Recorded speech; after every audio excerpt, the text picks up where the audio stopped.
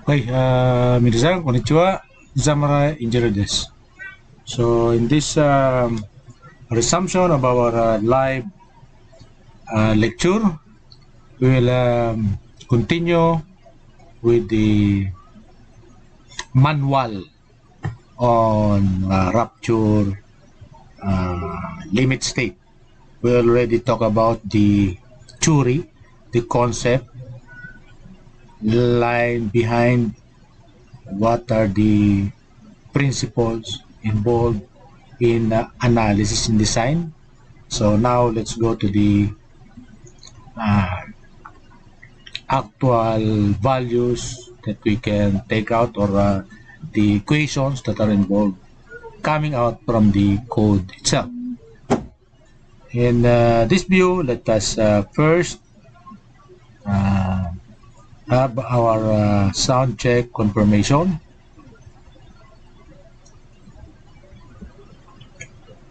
Please confirm the sound.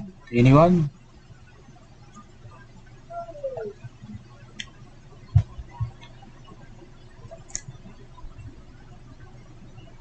Okay. So Daniela said clear po sir. So Daniela, later in 5 minutes you can take your attendance. Anyway, let us proceed. So this is now the manual AISC 5th edition 360-16 rupture on effective net area. So we already have tackled this portion, but specifically this is coming out from the code as equation D2-2.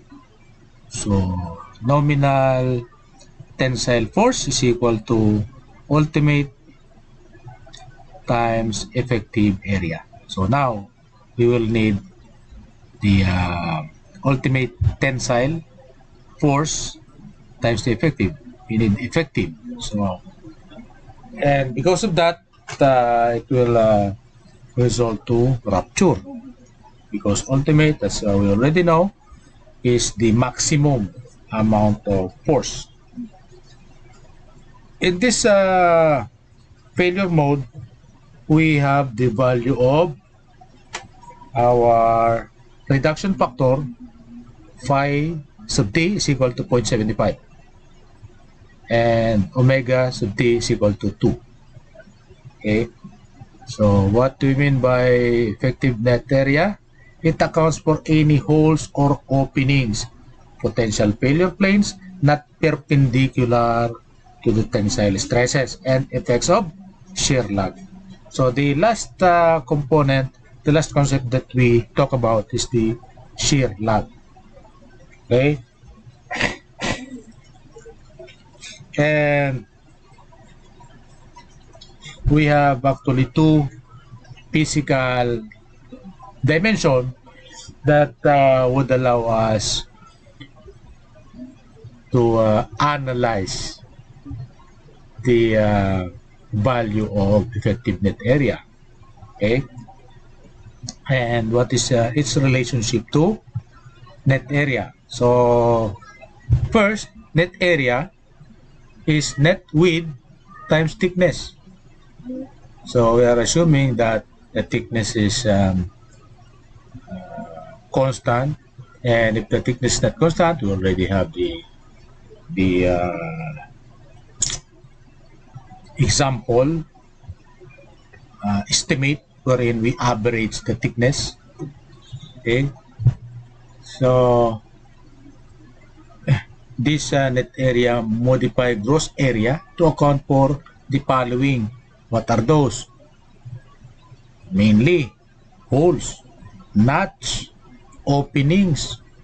Okay, number 2, potential failure planes not perpendicular to tensile stresses. So, what is the importance of having the perpendicular? Because perpendicular path is the shortest path, and the shortest path means it is the weakest region.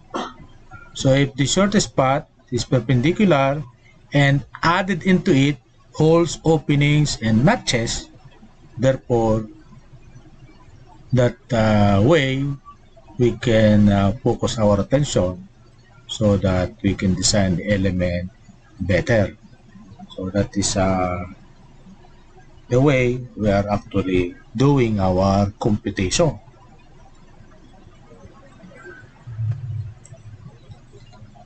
So diagonal hole pattern. So for staggered holes, we have the addition of s squared over 4g. All of the diagonal hole patterns. So diagonal distance, all of them must be incorporated. So for example, here we have diagonal here. So the path of failure is going like this, going to the diagonal. Okay, so that is actually s distance from this center line to this center line. The distance from this point to this point, from this point to this point, the distance is actually s. What do you mean by s? S is the longitudinal center to center spacing. Okay, center to center spacing. So letter S means spacing, hole spacing, or pitch. That is what we mean by pitch. So that is the pitch distance or spacing distance. So longitudinal. What about G? This is the G. So this is transverse or center to center spacing between fastener lines. Okay, so this is a bolt line.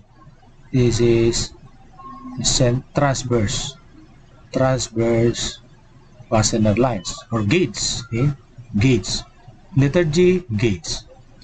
So again, s squared over 4g must all be added into the gross width minus width of all the holes so that we can have the net width. So net width times thickness, that is our net area.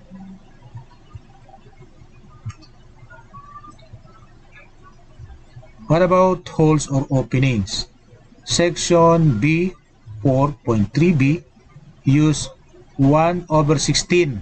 Okay, so this is what the code states. However, McCormack and Chernak uses 1/8 on their example, as I showed you, but you have to use 1/16 if that is what is made by the code. I am saying 1/16 to 1/8 because I am engineer that may use it in actual design. Meaning, I can do that. Okay? I can do that in actual design. But when we are speaking of exam, quiz, board exam, even, we are going to use 1/16 inches or equivalent to 1.6 mm. Okay?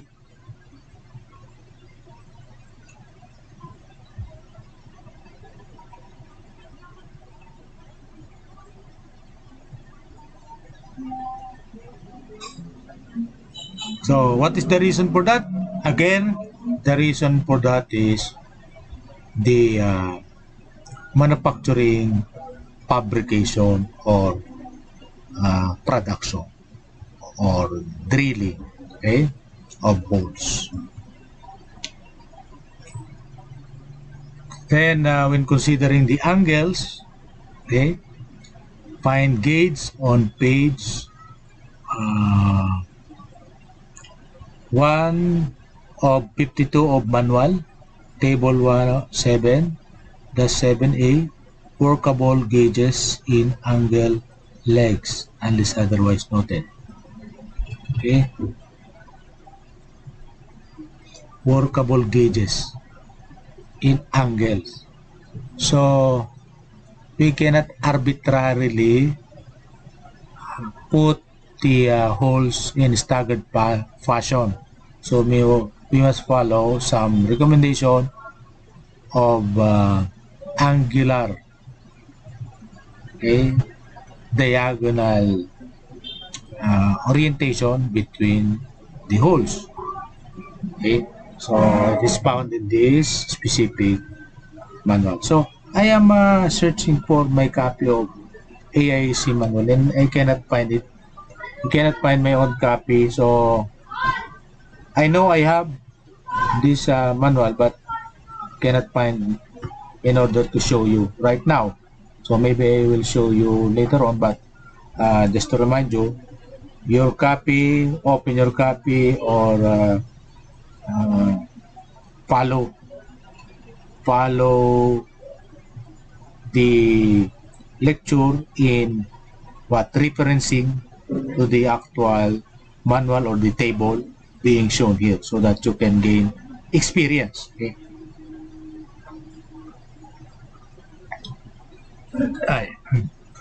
Okay. So net area in equation form therefore is equal to what we already said, gross area minus summation of the hole diameter times thickness plus s squared over 4g times thickness. Okay. dn is the nominal hole diameter, t is the thickness of a tension member. So those are the important things you have to remember. Now let's go to the effective net area. So it is somewhat different from net area. So modify net area to account for shear lag. Okay, again, shear lag. This is the last concept that we talk about, and the formula to find effective net area is equal to net area multiplied by shear lag factor reduction, or U. A sub n times U. A sub n times U. This is equation D3-1 in our code, AISC 360-16. What do we mean by shear lag factor reduction? It is specifically equal to 1 minus x bar over L. Okay? You can always compute this.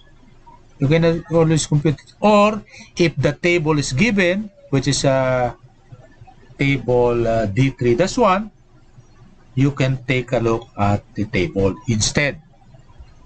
Okay? What do you mean by x bar? X bar is the eccentricity of connection. Sometimes in the table, it is called y bar. Okay? So it is called y bar. Eccentricity. So it is oftentimes the dimension of the unbolted leg. For example, if we are using what? T or angle bars. So it is the unbolted leg, okay, or unconnected legs. Okay, on that portion we can find out the value of eccentricity of connection. What is L? L is the length where force transfer occurs.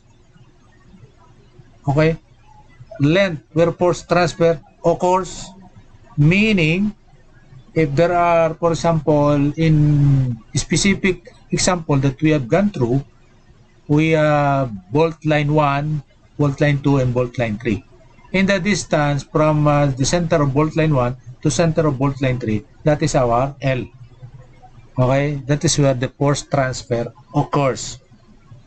Actually, with respect to our formula of what? Effective net area. Actually, the force transfer occurs all throughout the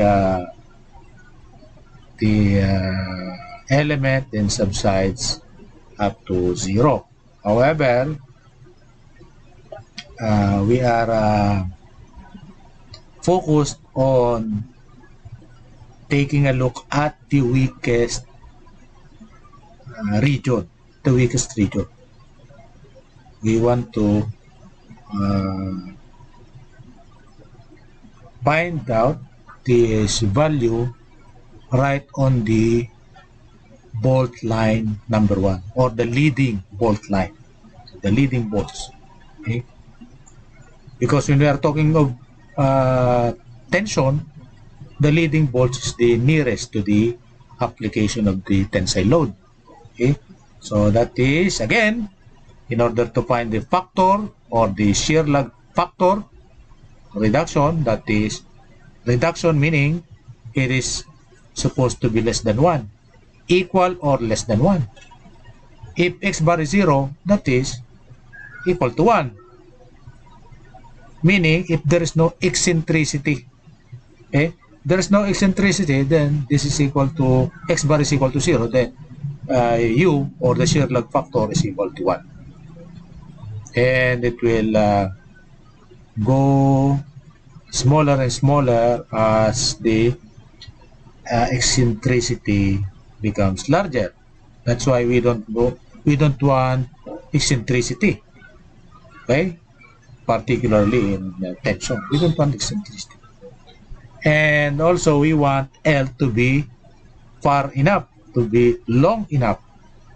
Okay, so we already tackled it. We have the imagination how it works, and let us proceed to the next slide.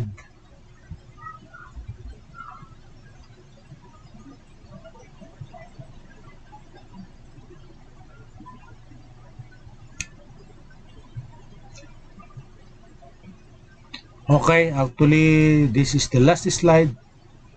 I think this is the last slide of this particular topic, rupture on effective net area. So first we give you the theory, and then now we give you the code itself. So where do we find out the particular code provision and what are they saying? And just to now, because we are through with this discussion, I would like to remind that L, we want L to be longer because the distribution of the force is going angular, going like this from the what? Starting from the hole and going bigger and bigger, right? To the direction of the application of load and direction of the loading, okay? Tension load, okay? And if the length is so short, we cannot utilize all the existing cross section. We can only, the element can only experience the stress on some portion of the cross section, and therefore it will give us what lower value for U, or the shear lag factor. And the lower the shear lag factor, meaning the weaker the element. The weaker the element. We want the element to be stronger. That's why we want the shear lag factor reduction to be equal to 1. Okay? And if that is equal to 1, therefore the net area is equal to the effective net area. That is the only case that effective net area is equal to the net area. Okay? So, before we leave, I will show you a picture of table D3-1 as it is indicated here that you can actually calculate the value of this shear lag factor or equal to U by using this formula 1 minus x bar over L, or you can find it out from the table. Okay, I will show you this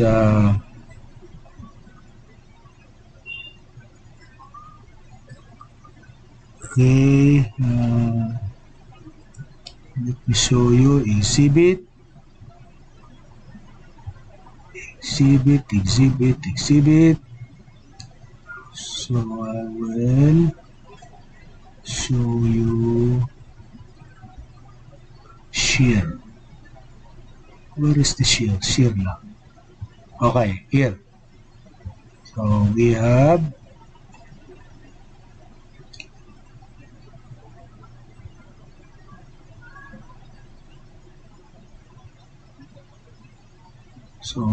the shear table. This is the table that I am talking about. So this is table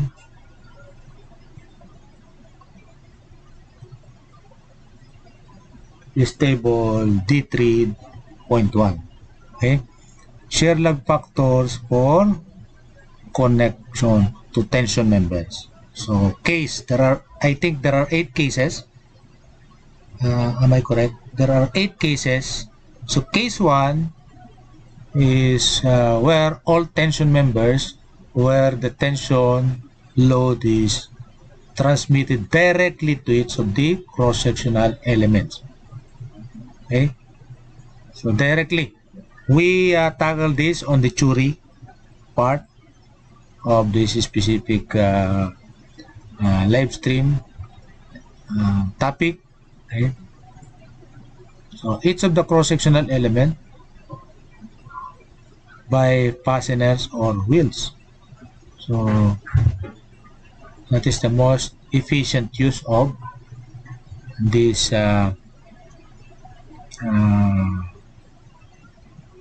connection. Okay? Okay, so U is equal to 1. Okay, so example, there are so many examples of this. Okay, so the only consideration is all tension members where the tension load is transmitted directly to each of the cross-sectional elements by fasteners or wheel. Case number 2. So we have the shear lag reduction formula. Okay, all tension members except HSS. Okay, HSS meaning hollow section. Okay, where the tension load is transmitted to some but not all of the cross-sectional elements by fasteners or by longitudinal welds in combination with transverse welds. Okay, so not all, only transmitted to some of the regions or portion of the cross-sectional area. Okay, alternatively, case 7 is permitted for W, M, S, and HP shapes. Okay, for angles, case 8 is permitted to be used. So you will notice we are talking of what here is W, T, and angle section.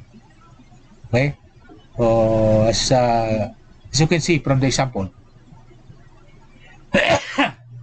if you have a table with the tabulated values and looking at this example,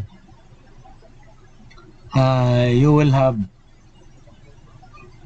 the shown description of X bar. Okay, so okay, X bar is as shown on the example drawing. Okay, that is first, it is on what? On the web Second drawing is on the flange. Third one or eccentric. That is what we mean by eccentric. Okay, because we have angular bar, and then T, WT section. Okay, almost similar to angular section. Okay, and some table, this is usually referred to as Y bar rather than X bar. Okay.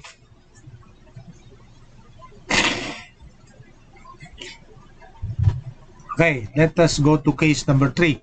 Case number 3, all tension members where the tension load is transmitted only by transverse weld to some but not all of the cross-sectional elements. U is equal to 1 and net area of the directly connected elements. Okay, so there is a very particular reason for this. Okay, take note, it says all tension members wherein the tension load is transmitted only by transverse weld, so welding, no? Specific welding. So in case 2, it is not specific to welding. Okay, it could be any fastener. Okay, could be any fastener, that is fastener or by longitudinal weld. So if this is the member, longitudinal is this way, transverse this way. So case 3, transverse welding. Case 2, longitudinal welding. Okay, so the if you can look back at the example on case number 2 on the drawing at the right side of your screen, you can have the what bold lines, okay, which shows the presence of connecting plate. Okay, so or the connected plate due to welding or due to bolt or fastener. Okay,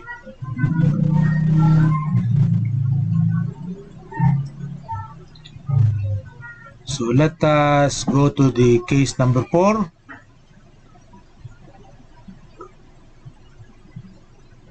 Case number 4. Plates, angles, channels with welds at heels, T's, and W shapes with connected elements where the tension load is transmitted by longitudinal welds only. Another, it is similar to case 2 but only talking about welds, not talking about fastener. Okay, so fasteners would include balls, pins, and so on. So we have another type of formula, as you can see at the middle of your screen, at the upper middle part of your screen. Okay. U is equal to what?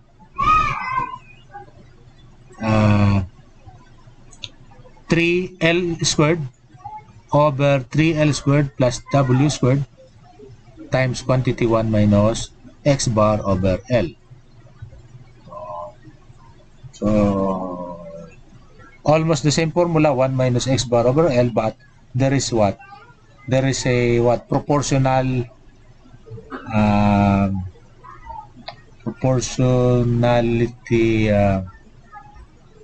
component, that is 3L squared over 3L squared plus W squared. Okay. And what about the example of that? Okay, what do you mean by that? We have the example plate or connected element.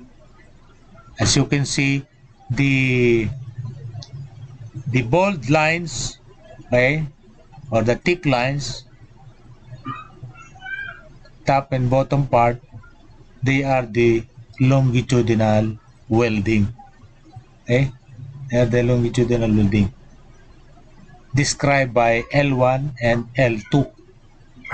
Okay, so longitudinal welding described by L1 and L2. So what do we mean by L? So we just add L1 plus L2. Okay. Then case 5. Round HSS with single concentric gusset plate through slots in the HSS. Single gusset plate, as you can see on the example drawing. Okay. Hollow, round, concentric with concentric gusset plate. What is the formula? U is equal to 1 minus x bar over L if D is what? If L is equal to or greater than D and equal to or less than 1.3 times D. Okay? It depends upon the value of L. Okay? So, take note. L is between the value of D and 1.3D. And the formula is the same. U is equal to 1 minus x bar over L. But if L is greater than 1.3D, then U is equal to 1. And that is logical because we want L to be longer. Okay?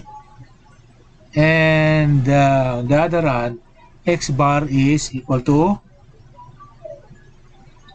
D over pi. Okay? So D is equal to diameter divided by pi. So actually, circumference is equal to pi d. Okay? Circumference is equal to pi d. Okay? But here, x bar is d divided by pi. Okay? So x bar is d divided by pi. So we can actually calculate x bar and L. Case number 6. Rectangular HSS. Okay, first with the single concentric gusset plate. Take a look at the figure, the drawing. Look at the drawing. You have H and B. Okay, H and B dimension. So if you have L greater than H, then you have the same formula. U is equal to 1 minus x bar over L. And you can what? You can determine x bar to be equal to b squared plus 2bh over 4 quantity b plus h. Okay? So those are for HSS. But we are not usually using HSS in board exam. We are actually using HSS in actual engineering works, construction work. Okay, the same case but with two side gusset plates. Okay, so as you can see on the lower part of the case number 6. So again, L if greater or equal to H, the same formula, but x bar is now different because of these two gusset plates. Okay, the same denominator but the numerator is only reduced to b squared. Okay, okay. Any questions? Are there any questions? Okay, let's go on to the last two cases, case 7 and 8. So case 7, case 7, case 8, we don't have any drawings. So case 7 is type W. So W section, M section is miscellaneous section, the S section is the short flange type of I-beam, or HP shape, or T, okay, T-cut from this shape, if U is calculated per case number 2, the larger value is permitted to be used. Okay? So we can use that. It is related to case number 2. Okay? So there are also 2 cases with number 1, flange connected with 3 or more fastener. Okay? Per line. Okay? In the direction of loading. 3 or more. There are 3 or more. Per line. 3 or more fastener per line. Okay? And that means, take note, U is equal to 0.9. If flange width is equal to or greater than 2/3 D. If flange width is less than that, then U is equal to 0.85. So it depends upon the flange width. Flange width. So with respect to depth, so there is a what? Flange width to depth ratio must be 2/3. If that is less than 2/3, flange width to depth ratio is less than 2/3, that is 0.85, and if greater or equal, that is 0.9. Okay, so we want longer. We want wider flange width. Okay, we want wider flange width, because the wider flange width we will get 0.9, which is greater than 0.85. Okay. On the other hand, with two connected, with web connected fasteners, okay. So the first part is flange connected fasteners. Now with web connected fastener, we have U is equal to 0.7. Okay. And lastly, case 8, single and double angles, starting with the 4 or more fastener per line in the direction of loading. Again, case 7, 3 or more fastener per line. Now we have 4 or more fastener per line. U is equal to 0.8. On the other hand, with the fasteners per line in the direction of loading, with fewer than 3 fasteners per line, so 0.6. It's very small value of reduction factor of the lag. Okay, very 0.6. This is the smallest value of U. Okay, this is the smallest value of U. 0.6. Okay, 0.6 for shear lag factor. Okay. Okay, and that's all about it. Okay, so L is length of connection, so on. What are the important definition here? So that's all about this. Any question? Do I have any question?